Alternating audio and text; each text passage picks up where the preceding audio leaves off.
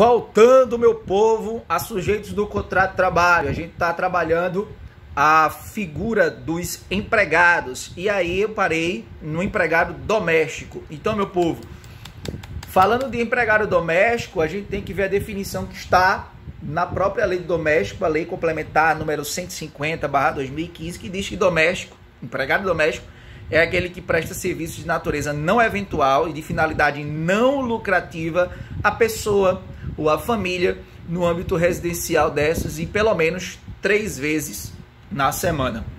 Já havia discutido isso em sala de aula com vocês. Eu acho que a parte do doméstico ficou bem definido com vocês, dizendo que o doméstico ele só vai ser considerado doméstico pela lei, empregado pela via empregatícia, tá? Não relação de trabalho diarista, a partir do momento em que ele começa a trabalhar 3 vezes ou mais na semana, tá? Lembrando as especificações que eu trabalhei com vocês em sala de aula, que tudo é possível, né, nesse mundo, né? Ninguém sabe o que é que diante do que acontece nas relações sociais e seus impactos, o que vai definir o entendimento, a formação do convencimento do magistrado. Todavia, é necessário que a lei já seja o parâmetro para a gente. Trabalhou 3 vezes na semana ou mais, já é empregado doméstico, não há a relação de trabalho diarista, tá certo? Então, ponto importante para diferenciar: finalidade lucrativa. Finalidade lucrativa. A partir do momento em que esse empregado ele despende serviço, né, ou força de serviço na finalidade lucrativa referente ao que ofere lucro o seu empregador, ele deixa de ser empregado doméstico, porque para o empregado doméstico ser doméstico, sua atividade não pode ser uma atividade que gere lucro para o seu empregador. Exemplifico, eu coloquei aqui no material de vocês um caso, inclusive, que já caiu em prova da ordem, que é o caso de um determinado empregador que contrata uma empregada doméstica. E essa empregada doméstica, ela trabalha, além dos serviços domésticos realizados na casa do seu empregador, o seu empregador tem um escritório que é localizado nesta casa, na sua residência, na residência do empregador doméstico. Só que nesse escritório de advocacia desse empregador doméstico, essa empregada que foi contratada como doméstica, ela atende telefonemas, anota os recados, serve cafezinho para os clientes deste advogado. Então veja, há uma concomitância, tá, de relações empregatícias domésticas, ou seja, prestação de serviço doméstico, com o atendimento desses clientes de via telefone ou presencial, dessa empregada doméstica também na finalidade lucrativa, ou seja, este empregador utiliza a força de trabalho desta empregada doméstica também no seu ganha-pão, tá? Que é a atividade advocatícia. Então, parte do pressuposto que descaracterizado está a relação doméstica, uma vez que há uma prevalência, há uma existência de 2 relações. E na concomitância de 2 relações, doméstico e urbano, prevalece aquela que é mais favorável, que nesse caso é o urbano. Haja vista que após a lei complementar 150/2015, o empregado doméstico deixou de ser um subempregado, porque até a presente legislação, empregado doméstico não tinha direito a horas extras. O regime fundiário com relação ao empregado doméstico era facultativo, ou seja, o empregador pagava se quiser. Então, essa questão de jornada noturna, previsão de jornada noturna, previsão de jornada quando o empregado viajava com a família, então isso tudo não existia, isso tudo passou a existir após a lei complementar número 150/2015, que praticamente equiparou, né, o empregado doméstico, o empregado urbano em relação a direitos. Todavia, ainda é uma legislação que necessita de uma maior proteção aos empregados domésticos, por isso a legislação seletista ela é mais completa, por isso que ela prevalece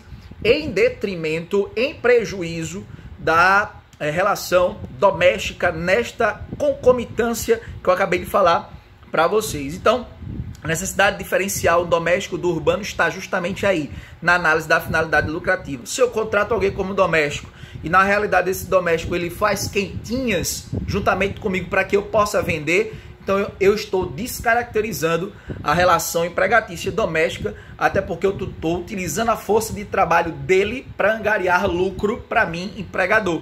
Então, essa é a análise que eu quero que vocês façam nos casos práticos que forem apresentados a vossas excelências. Outra coisa que eu coloquei para vocês foram alguns exemplos com relação aqui aos empregados domésticos. Isso é muito importante também, porque tem muita gente nas relações que eu acabei de citar aqui que pensam que as legislações elas são diferentes para esses exemplos que eu acabei de colocar. Dois são bem polêmicos: a questão do motorista particular e do enfermeiro ou enfermeira particular. Então, motorista particular, enfermeiro particular, se eles prestam serviços para a família, tá? Mesmo que não seja no âmbito residencial, que é no caso do motorista, mas o motorista que pega a patroa em casa, leva para o shopping, do shopping para casa, leva para a igreja, da igreja para casa, pega os filhos, leva para a escola, da escola para casa. A atividade desse motorista é uma atividade particular, mesmo que ele seja um piloto de helicóptero, esse cara vai ser empregado doméstico, porque está prestando serviços para a família, mesmo que não seja no âmbito residencial, mas não existe finalidade lucrativa naquela atividade. Então ele vai ser considerado doméstico. Parte do pressuposto que com relação ao enfermeiro particular é o mesmo entendimento, o mesmo viés.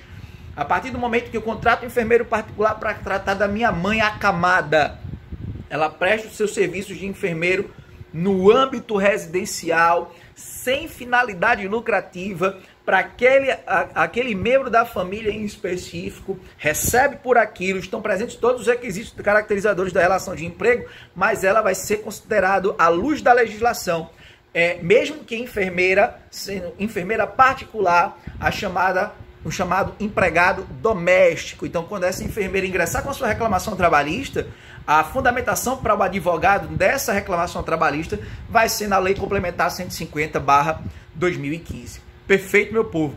Então, eu sugeri para vocês aí no material a leitura da Lei Complementar 150/2015, bem como da Lei 5.889, que é a lei do rural, para que vocês possam ter uma ideia geral da legislação, mas para efeito de vocês conhecerem mesmo, mas não dá para a gente tratar ponto por ponto aqui, tá? Então, eu diferenciei para vocês esses dois. Logicamente que existem outras relações para a gente trabalhar.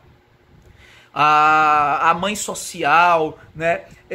A questão do salão parceiro que eu falei com vocês já. Tem muita coisa pontual para se ver, mas eu estou tratando com vocês aquilo que é mais corriqueiro, aquilo que dá para que você possa identificar a partir do momento em que você está diante de um caso prático. Veja que esses dois tópicos para vocês vão dar margem para vocês diferenciarem muitas relações empregatícias lá na frente que chegam para vocês na vida prática, no cotidiano, né, do dia a dia da advocacia, se vocês escolherem a advocacia ou se vocês escolherem uma magistratura trabalhista, tá? Ou se vocês forem atuar como pareceristas, vocês vão ver que há uma necessidade de vocês saberem essa diferenciação.